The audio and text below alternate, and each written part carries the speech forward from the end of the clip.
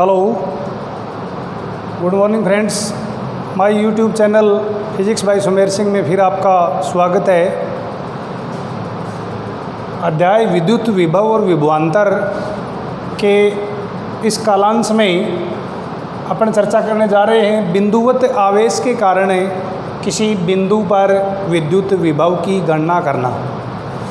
Diagram मैंने trace किया है, जैसा कि नज़र आ रहा है कि बिंदु O पर हमारे पास एक स्थित आवेश का मान है +Q।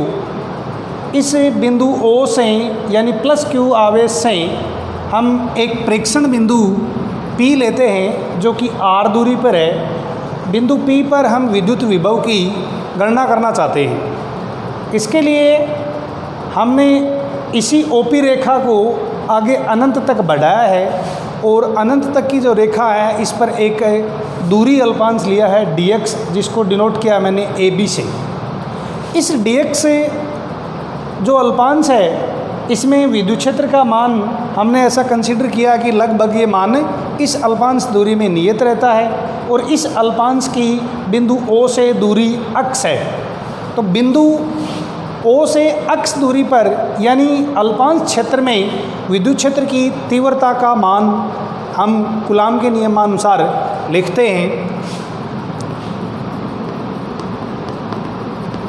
अल्पांश क्षेत्र AB में विद्युत क्षेत्र की तीव्रता का जो मान होगा वो अपने पास होगा E = 1/4πε0 Q अपॉन अक्ष स्क्वायर अक्ष कैप। समीकरण नंबर 1, जहाँ अक्ष कैप इकाई सदिश है,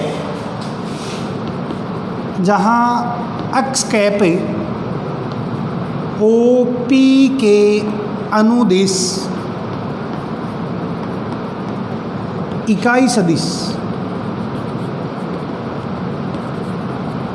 जो विद्युत क्षेत्र की तीव्रता की दिशा को दर्शाता है। अब हम यहाँ यदि किसी इकाई धनावेश को A से B की तरफ, जो कि विद्युत क्षेत्र उस पर प्रतिकर्षण बल लगा रहा है, इसका मतलब है इकाई धनावेश को A से B तक विद्युत क्षेत्र के द्वारा प्रतिस्थापित किया जाता है तो किए गए कार्य का मान अल्पांश के अनुसार यहाँ हमारे पास अल्प क्षेत्र dx में विस्थापित हो रहा है।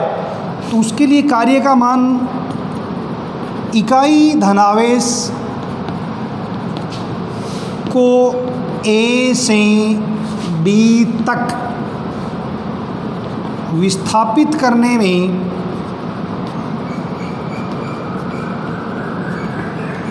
क्षेत्र द्वारा यानी विद्युत क्षेत्र के द्वारा किया गया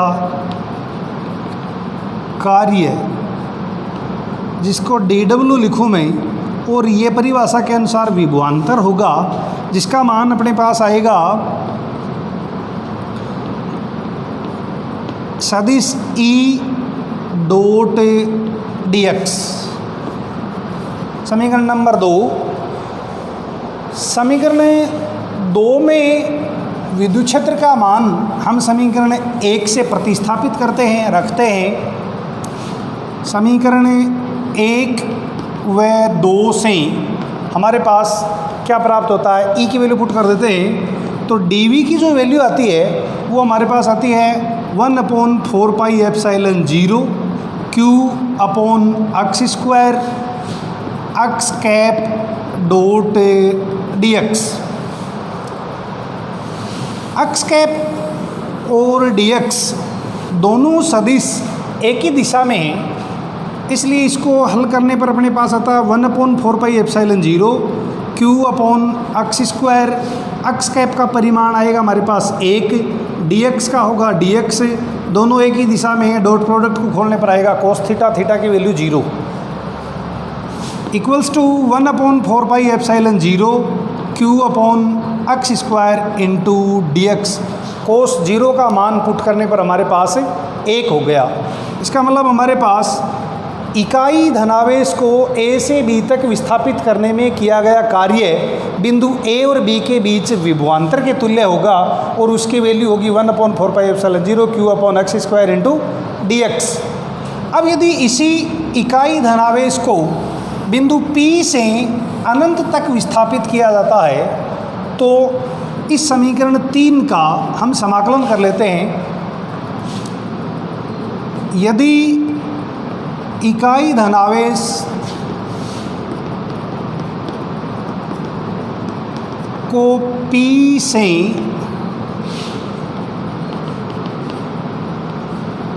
अनंत तक विस्थापित किया जाए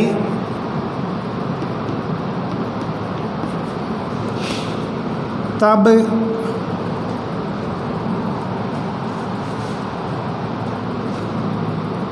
समीकरण 3 का x = r से x =∞ तक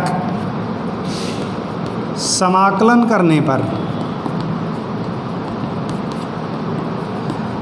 यदि इसका समाकलन किया जाए हमारे पास तो इधर का समाकलन v, इधर समाकलन कर दें हम इन x = r से x =∞ तक। इसका समाकलन हमारे पास प्राप्त होगा Q/4πε0। समाकलन 1/x² का होगा माइनस का 1/x, सीमा हमारे पास आएगी r से लेके इन्फिनिटी।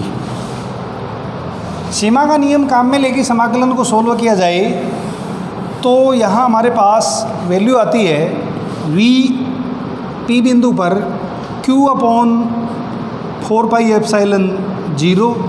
समाकलन की सीमा रखते हैं तो हमारे पास आता है माइनस का 1/∞, माइनस घटाते हैं तो यहाँ माइनस आता है और उस माइनस में से माइनस ये प्लस कन्वर्ट हो जाता है 1/r। 1/∞ की वैल्यू जाती है 0 हमारे पास। या P बिंदु पर जो विभव आता है वो आता है हमारे पास 1/4πε0 Q/r। या इसको शॉर्ट में अपने 1/4πε0 को k लिखते हैं। स्थिर विद्युत नियतांक हम पढ़ चुके k, तो इसको लिखा जा सकता है kQ/r। यानी किसी बिंदुवत आवेश के कारण जो विद्युत विभव का मान होगा r दूरी पर, उसकी वैल्यू हमारे पास होगी kQ/r होगी। यानी v विभव का मान दूरी r के व्युत्क्रमानुपाती होगा। ग्राफ हम ट्रेस करें तो ग्राफ हमारे पास इस अक्ष पे विभव लें